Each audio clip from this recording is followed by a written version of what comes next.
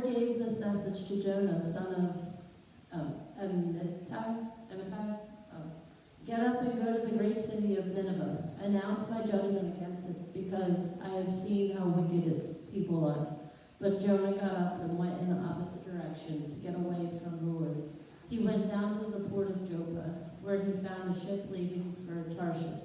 He bought a ticket and went on board, hoping to escape from the Lord by sailing to Tarshish. All right, thank you so much. In the 1920s, a psychologist named Dr. John Watson did an experiment on fear conditioning. So he brought into his lab a toddler, and they called this baby Little Albert, brought him into the lab and placed a white rat in front of Little Albert. And if you go to the next slide here, this is actual video back from this time that they took of the experiment. And so Albert was fine with the rat. He interacted with it like any normal toddler would.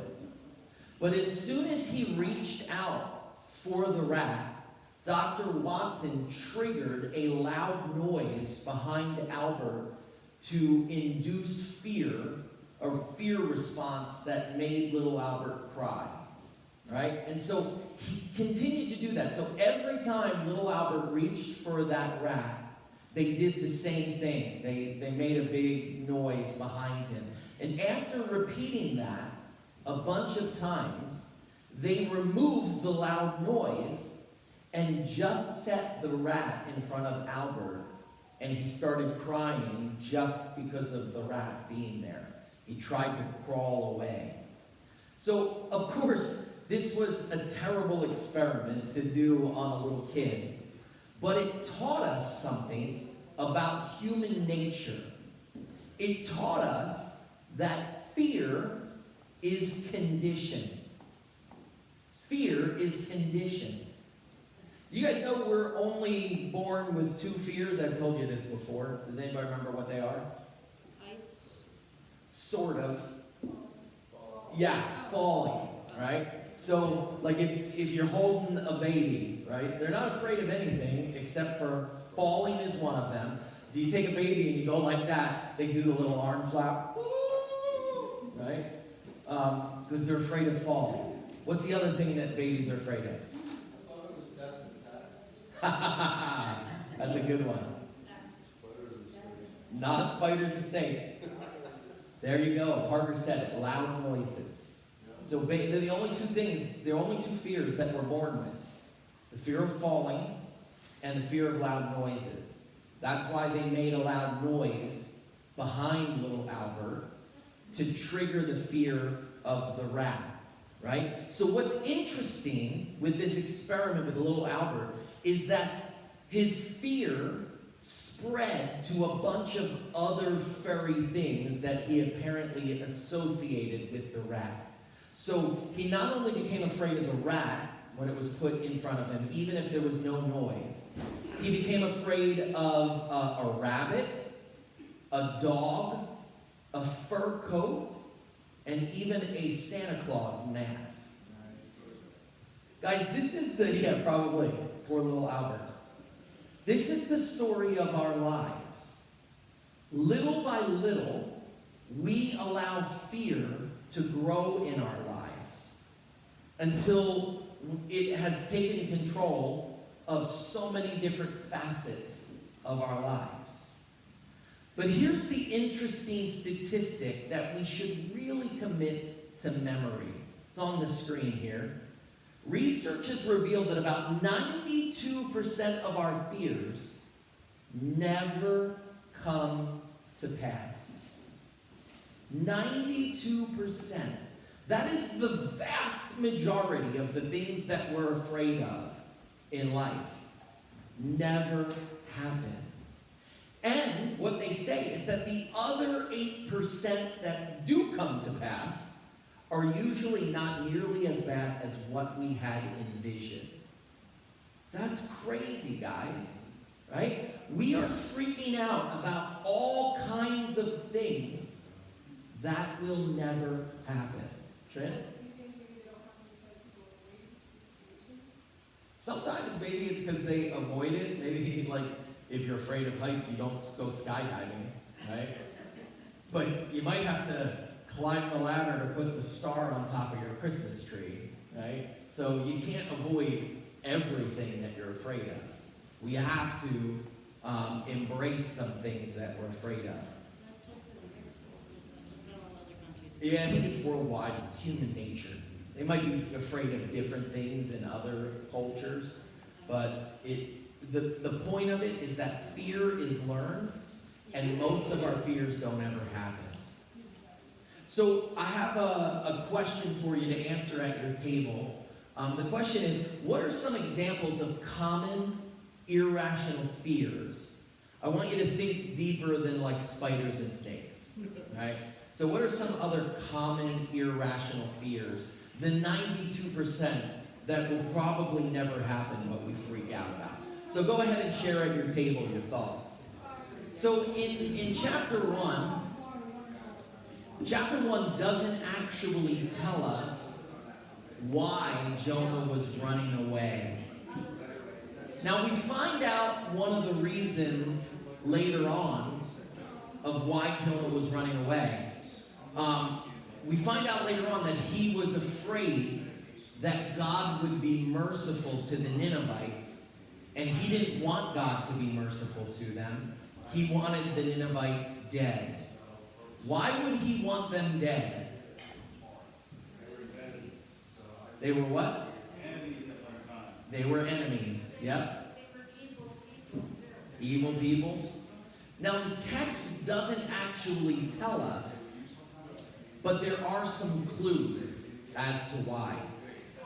In chapter 3, the king of Nineveh issues a proclamation. Here's what he says in chapter 3. He says, "Let all who belong to this empire call to God sincerely and turn from their wicked ways and violent acts." So the king of Nineveh specifically mentioned their violence as a reason for God's judgment. Now, this civilization might have been the most violent civilization to ever exist in history. And there have been some really bad ones, right? Nineveh was the capital of Assyria. And you might have heard of Assyria in the Bible because they were the nation that defeated the northern kingdom of Israel later on. So they were known for doing terrible things to their enemies, torturing their enemies when they conquered them. You go next slide here. They enjoyed impaling people on pikes and displaying them in crowded areas. Now, you might think that pushing a giant stick through somebody's body would instantly kill them. But you would be wrong, because the Assyrians had become experts in this form of torture. So they could do this in a way as to avoid all vital organs, so a victim could live like that for days. They would do other terrible things. They would peel people's skin off while they were still alive and use it as upholstery for their furniture, right, in their houses. They made pyramids of human skulls outside of their city gates as a warning to anyone that would stand against them. Archaeologists have actually found human skull necklaces worn by the Assyrians. They take human skulls, turn it into a necklace, and they wear that. So the rulers of Nineveh, they boasted about their cruelty on monuments, and archaeologists have found those monuments, so we get to read about how cruel these people were. So on some of their inscriptions, they said things like this, some of their kings. One of them said, "I cut off their heads and formed them into pillars." Another said, "I filleted all the chief men who had revolted, and I covered the pillar with their skins. I cut off the limbs of the officers and the royal officers who had rebelled. 3,000 captives I burned with fire. From some I cut off their hands and their fingers, and from others I cut off their noses, their ears, and their fingers. Of many I put out their eyes. Another one says, I made one pillar of the living and another of heads. I bound their heads to posts around the city. This is not the kind of place that you're going to want to book your next vacation, right? And Jonah knew all of that stuff. But here's the thing. The prophet Amos, you probably remember that book from the Bible that you haven't read very much. The book of Amos, that prophet, he lived at the same time as Jonah, and he prophesied in the same place. Right? They both prophesied in the northern kingdom of Israel. So check out what God says in Amos 5:27. He says to the Israelites, I will send you into exile to a land east of Damascus, says the Lord. Can anybody guess what land was east of Damascus back then? Assyria. Yeah, Nineveh and Assyria. Right? So Jonah, it was very likely that he knew that God was going to send these monsters, the Assyrians, to conquer his nation and do horrific things to his kids and his grandkids.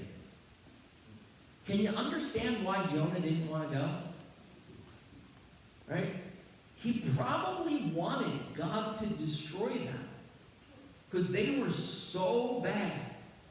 And if they were destroyed, then they wouldn't be able to conquer his people, especially in such a horrific way. The picture that I have on the screen here, this is an actual Assyrian artifact that they found depicting the Assyrians conquering Israel. Those are Israelites on those pikes there when the Assyrians conquered the northern kingdom. So even though it's not as explicitly stated as a reason that Jonah ran away, it is likely that he was afraid. That seems like a normal assignment or a normal response to an assignment like that. You know, you get sent to people that are monsters. Like, imagine if God said, hey, I want you to go to Iran tomorrow and preach against all the crazy Muslims, these guys, right? Those Muslims, right? Not the nice ones, but the ones in Iran who keep firing missiles all over the world, right? The ones that chop the heads off of Christians. Cindy, I want you to go to them tomorrow. Anybody getting excited about that assignment? Compared to that assignment, everything else is like a cakewalk, right? Back in the 90s, I used to keep a journal of my daily activities. And it's interesting because I just happened to be reading my journal the day that I wrote this lesson. And I don't even remember why I was reading it. I think I was looking for a detail about something that I was thinking about using in my lesson that I never did. But as I was reading, I saw some journal entries about how fearful I was to share my faith with strangers at that time in my life, in my 20s. I wrote about a couple times where I felt like God was calling me to share my faith with someone, and I ran away from that assignment. And I'm so glad that God gave me another chance and many more chances after that. But I wish that I hadn't been so fearful when I was young. There's a pretty simple reason for our fear, I think, that's common in this society. We live in a society of such ease and comfort that we've created the most risk-averse society in all of history. There's a preacher named Scott Dudley, and he said, "We are the most seat-belted, bike-helmeted, airbagged, knee-pad-wearing, private-schooled, gluten-free, hand-sanitized, peanut-avoiding, sunscreen-slathering, hyper-insured, massively medicated, password-protected, valet-parked, security-systemed, inoculated generation in history, and all it has done is make everyone more afraid of everything." Right? We're so afraid. And a big reason for that is we live in such a society of comfort, of ease. Right? Jim, do you have something you want to share? This was the separate statistic that 7 out of 10 people in major cities are on anxiety medication. So yeah, I was going to say, society, we live in a fear-based society. Yeah, fear-based society. Fear is used to control. A large portion of people on anxiety medications. That's good, Jim. Thank you. So, yeah. Two of the biggest fears that most people don't realize is the fear of speaking in front of other people. Yeah. And the other one is the fear of heights. Fear of heights and fear of speaking in front of people. Yeah. And once you overcome those, it's more fear. Yeah, those are big ones to overcome. You can really overcome anything. So we have so few of the actual life-threatening problems that many other generations had that we feel justified in elevating minor inconveniences to the place of full-blown crisis. So one metric for what I'm talking about is the difference in average life expectancy over time. I don't know if you guys knew this, but in the year 2000, the average life expectancy is similar to what it is today, but it was 70 years old. You could expect to live till about 70. That was the average. Good job, Mom. You made it to 80. Nice. Guys, in 1900, just 100 years earlier, the average life expectancy was 30. 30. And the major reason for that was the high child mortality rate. Kids dying. Right? Back in 1900, kids were dying everywhere. It was so high, the child mortality rate, that it was common, sometimes even expected, that families would lose a child.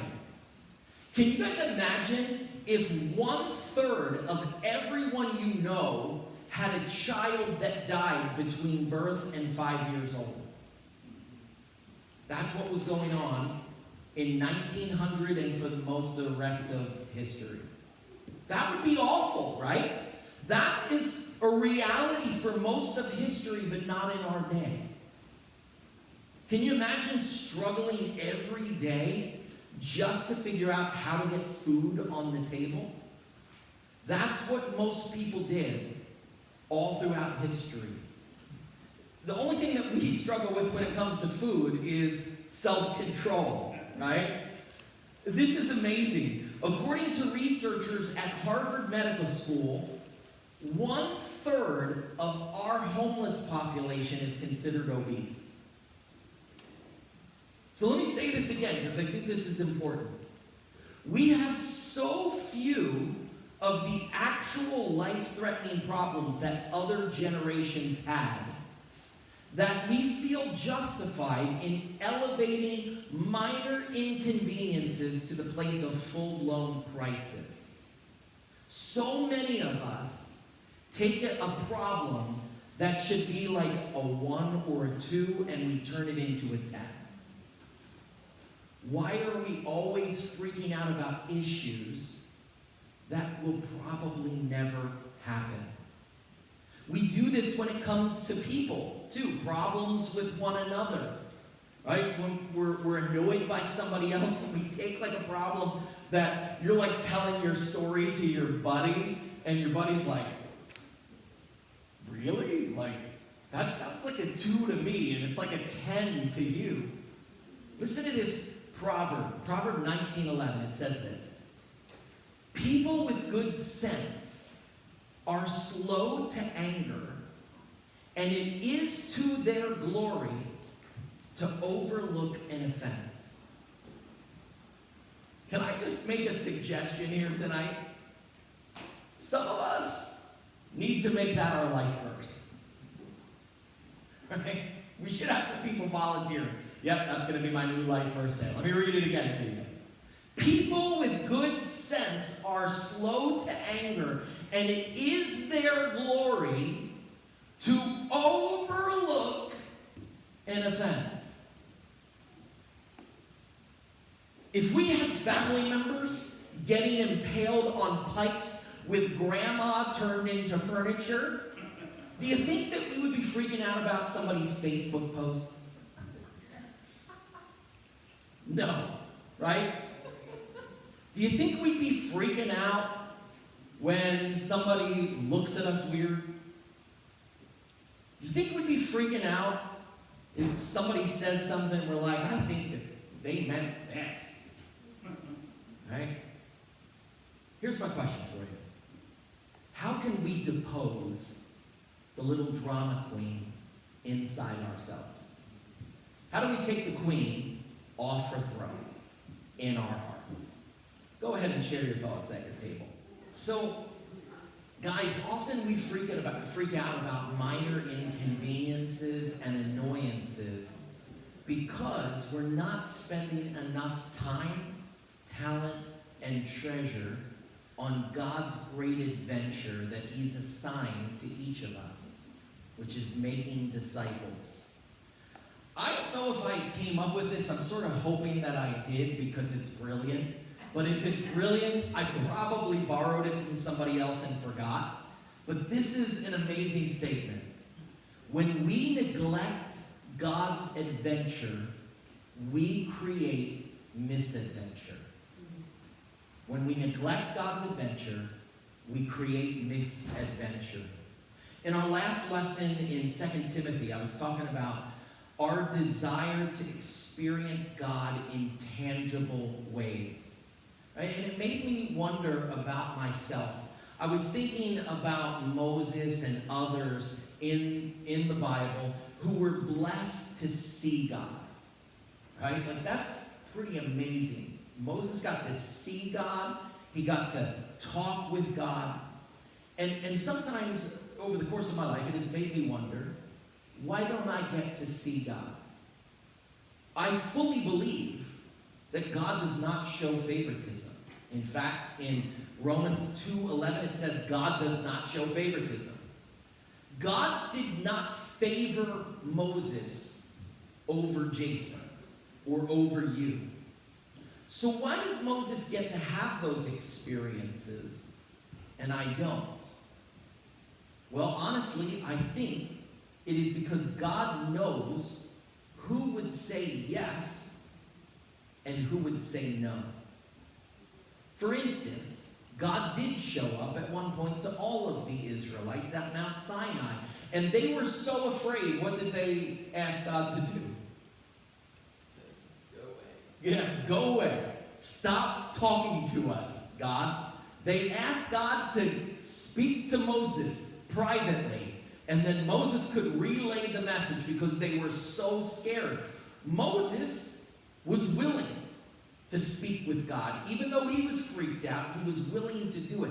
I wonder if in his foreknowledge, God knew that Moses would be willing, and so he chose Moses instead of everybody else who was overcome with fear.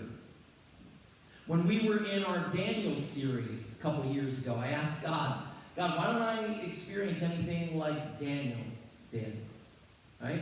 But when I read the story of Daniel, I read that when Daniel had that experience of a message from an angel that showed up, he had this vision, and he was so exhausted by the vision that he laid in bed for days and couldn't get out of bed. And when I was reading that, I was like, okay, Like, maybe I'm happy with my gifting, God.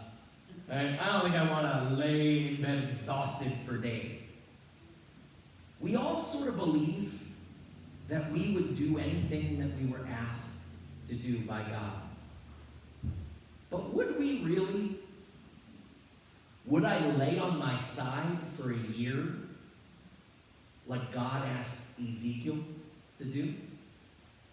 Would I marry a prostitute like Hosea was told to do? How about walk around naked for 3 years like Isaiah? You probably didn't know that one was in the Bible, right? That's not going to win any converts, people. Most Christians are like, where you go, I'll go. Where you stay, I'll stay. When you move, I'll move. I'll follow. Unless you tell me to give 10% of my salary, or honor that politician that I don't like, or talk to that homeless guy. So many of us think that if we were Jonah, we would have obeyed. We would have gone to Nineveh. Yet we are the same people that don't do the simple, easy things that God asks us to do. Guys, I want to confess, I am a recovering drama queen. If you play games with me, you're like, Jason, you're not recovering, right?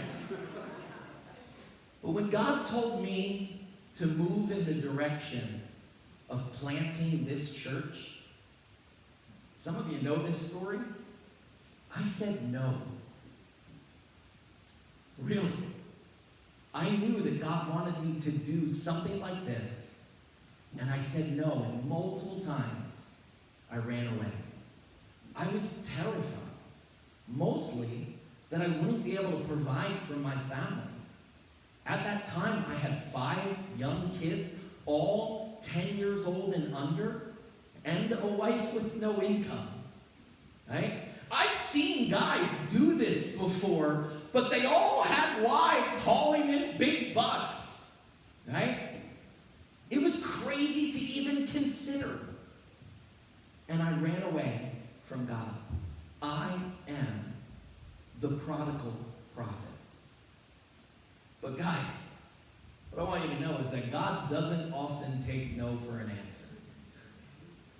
And he allowed me to be swallowed by betrayal, false accusations, and unfair judgments. Go to the next slide. There's me right there. All right? And guys, this was not because God was mad at me. It was because he had something much, much better in store for me. And I had no choice than to say yes. And 14 years later, we get to today, and this has been the most meaningful and impactful thing I've ever done in ministry. I have seen more people come to faith in Jesus than in the last 10 years of Sozo than in the rest of my whole life. Right? That doesn't mean that it was easy. It was still scary. We had very little money in the bank when we started. I didn't know if I was going to get paid for the first year that I was working here. I took right off the bat a 30% pay cut because I felt like I couldn't make the salary I made at the Ridge Church that I was part of, right? And I felt like if I was asking other people to sacrifice, that I needed to sacrifice. So right off the bat, I took a 30% pay cut. It was very stressful. In May of 2014, it was the first month that I had to live off of whatever salary I could raise. And here's what I did. I went to our treasurer and I asked her, hey, how much money do we have? Like, can I take a salary? Do we have enough money for me to take anything? And the secretary in May of 2014 said, Jason, you have enough money in the bank to get paid till the end of the month. Well, at the end of the month, I asked the secretary, where are we at? Because am I going to get my next paycheck or not? And at that point, the secretary said, you have until the end of August. At the end of August, I asked, how are we doing? She said, you have a salary through the end of October. At the end of October, I went again. She said, you have a salary to the end of the year. At the end of the year, I stopped asking and just decided to trust God. And he tested me along the way. At one point, we almost had to sell our house for less money than we owed on it. That was hard. A few years later, friends who had donated like a quarter of Sozo's budget decided that they were done. And the question that I had to think through, would I freak out? Would I run away? Or would I trust that God is in control? When something hurts, our natural reaction is to move away from it. But the healthy response is to move toward it, emptying ourselves and trusting that God will carry us through. And often, he takes us into dark places because it's in the darkness that we are better able to see the light. Right? We see that little flame. It's in the darkness that his light shines through us so much easier. Thank God for his mercy and his kindness that allows prodigal prophets like me many chances to try again. So what is your calling? What's your calling? The bottom line of what each one of us, our calling is found in Acts 1:8, or this is another version of the Great Commission. Jesus said, you will be my witnesses in Jerusalem and in all Judea and Samaria and to the ends of the earth. Guys, that word for witness is martus in the Greek.